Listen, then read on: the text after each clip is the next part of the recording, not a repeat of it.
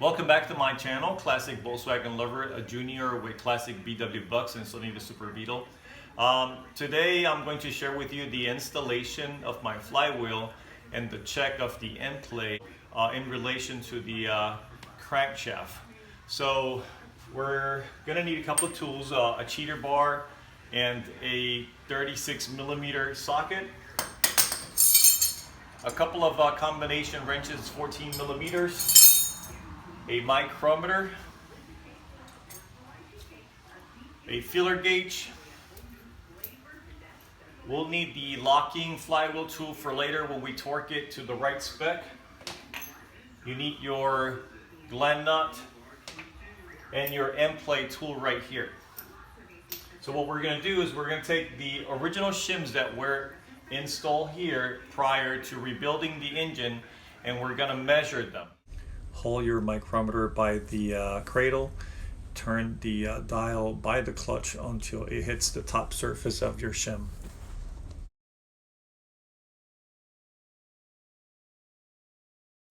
I did the conversion. It's 28 millimeters. So an easier way to actually double check that is to take your filler gauge and combine them. And I got a 0.013 and a 0.015 combined together. That's 28. Next, what we're going to do is we are going to place these back into the crankshaft, and then we're going to grab our flywheel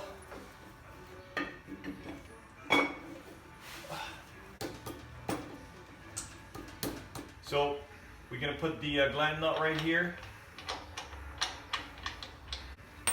We're going to take our 36mm socket, and just by hand we're going to torque the nut as much as we can. And once it turns like that, you can grab your rubber hammer and maybe tap it maybe once or twice. That's good right there.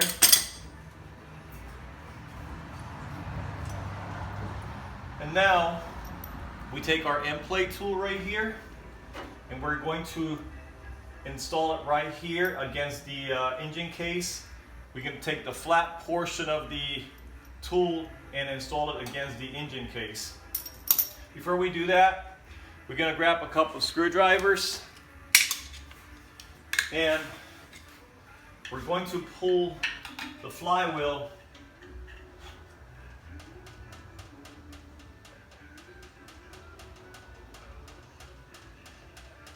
like so. Now we take our end plate tool,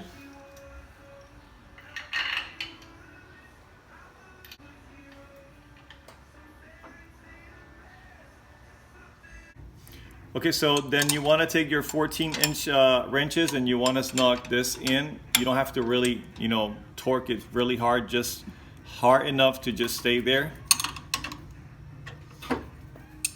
And then the next step is you want to take this bolt and you want to turn it until it touches the flywheel. Then you want to take your 13mm wrenches and then hold that bolt right there and slightly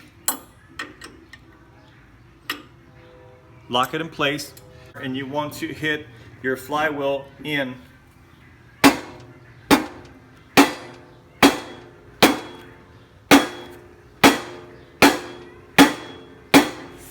Okay, and then you take your filler gauge and you want to measure. We don't want any more than 3 to 5,000. So what we want to do is we want to grab our 3,000 filler gauge right here, and that goes in very fine. So we'll try our 4,000.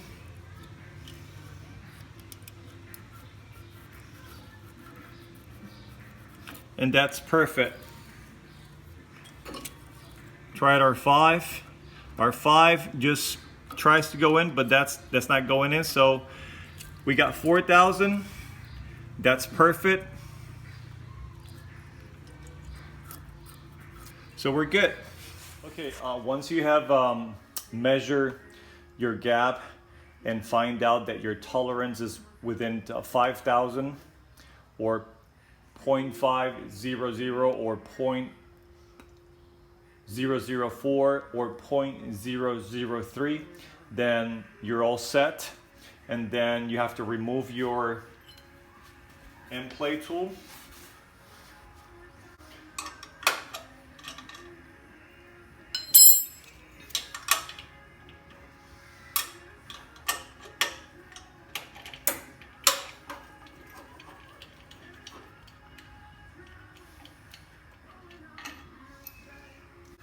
We're going to remove the gland knot, and once we do that, then we're going to replace the little seal that it's inside the flywheel, and then we can go ahead and install our crankshaft seal.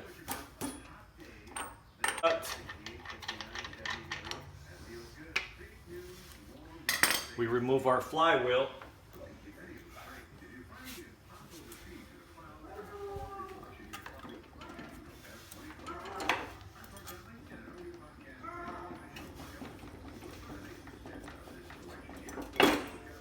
So there's a little seal inside here that needs to be replaced for a new one. And then we're going to get our flywheel seal here, install that. We took the old O-ring here from inside the flywheel. We're going to install a new one. We're going to squirt a little bit of oil in this here, just a tiny bit.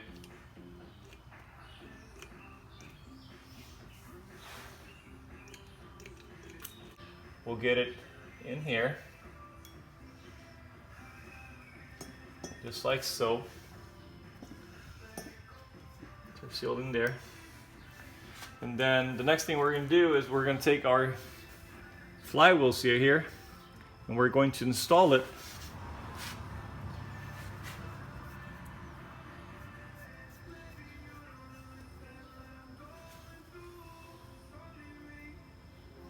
And then for this, I'm going to be using a special tool that I have.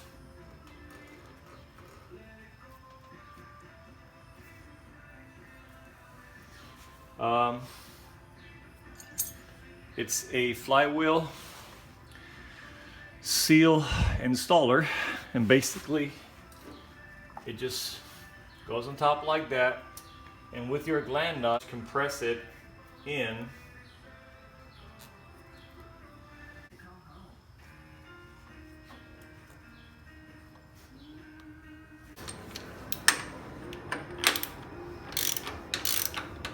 This is the best way to actually install it because it will drive in uniform, in a very uniform manner.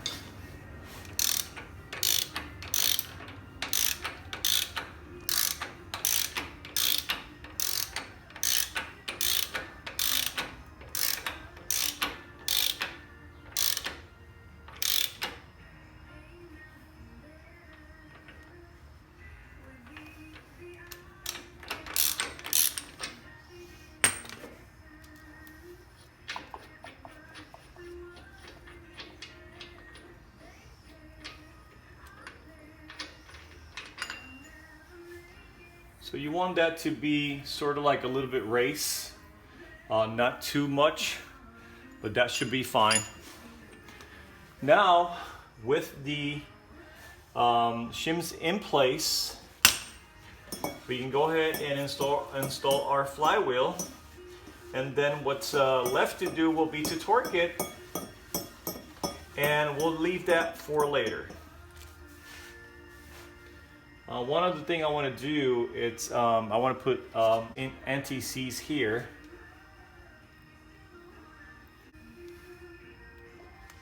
So we'll go ahead and put this on here.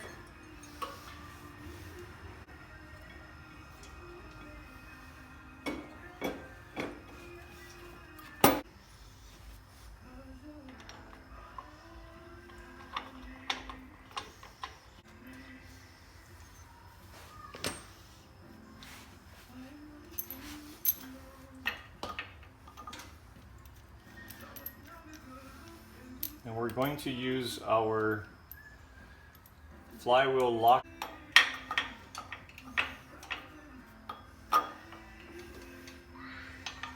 Like so.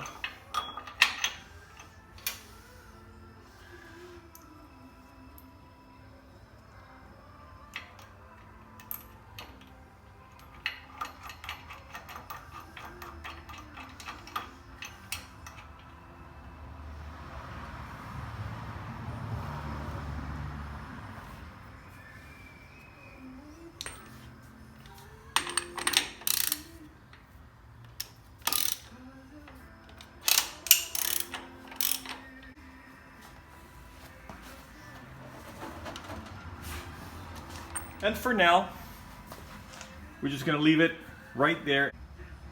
Okay, so we got the seal in, we got the O-ring and the flywheel.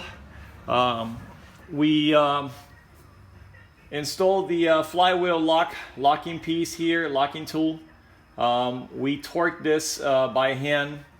And then the next thing we're gonna do is use our multi-torquer tool here to torque that to 225 pounds. Welcome back, guys. Today is the day after I installed the flywheel in my 1600 dual port, and today we're going to go ahead and torque that using a very special tool called the multiplier torque tool.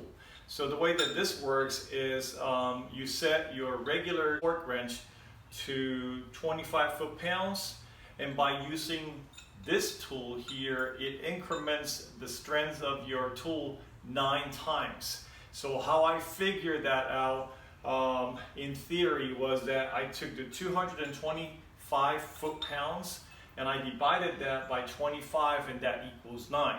What we're going to do next is that we're going to install this tool here in the engine gland nut, and we're going to use that to torque that to 217 foot-pounds, no more than 254 pounds. That my engine is stock, and based in all of the different editions that I have and manuals and books that I have purchased through time, for a stock engine the torque should be 217 foot-pounds.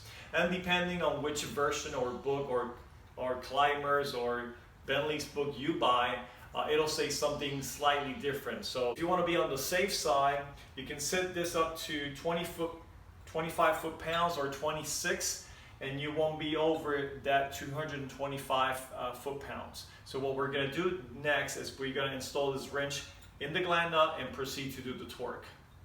I'm going to set this to 25 foot-pounds.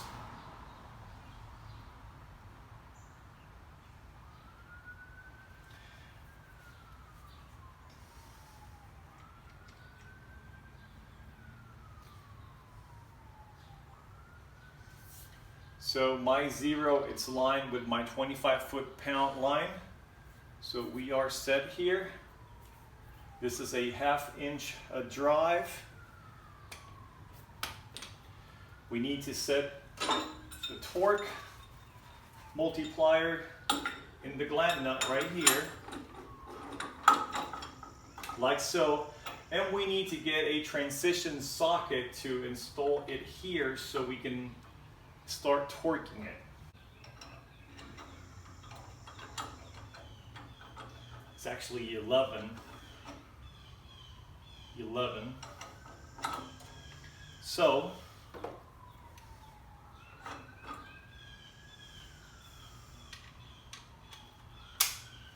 get that right there.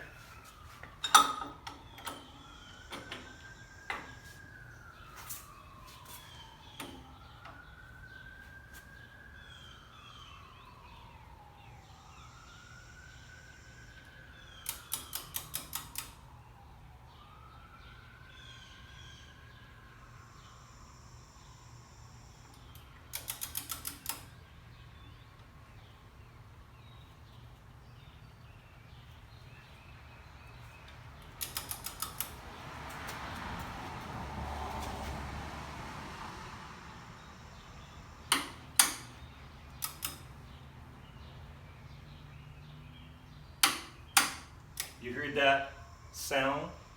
That's torque right there.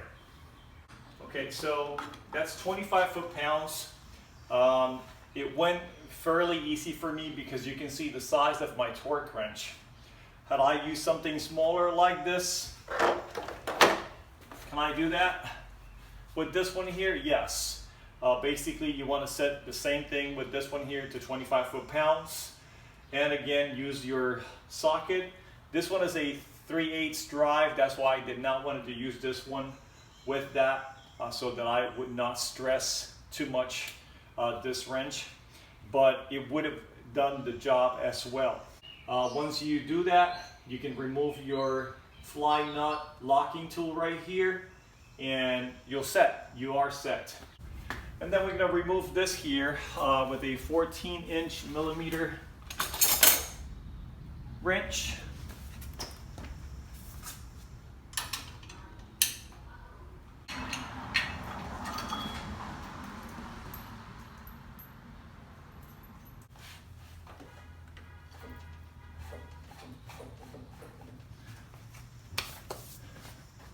And that there, my friends, pretty much complete the tutorial on how to torque your flywheel. I hope you enjoyed the video. If you like the contents of this video, don't forget to like, share the video with somebody you know, and subscribe. And don't forget to click the little bell up there so that every time, or maybe up here, that every time that I upload a video for Sunny the Super Beetle, you get a notification. Until then, this is Junior with Classic VW Bucks and Sunny the Super Beetle, Junior out.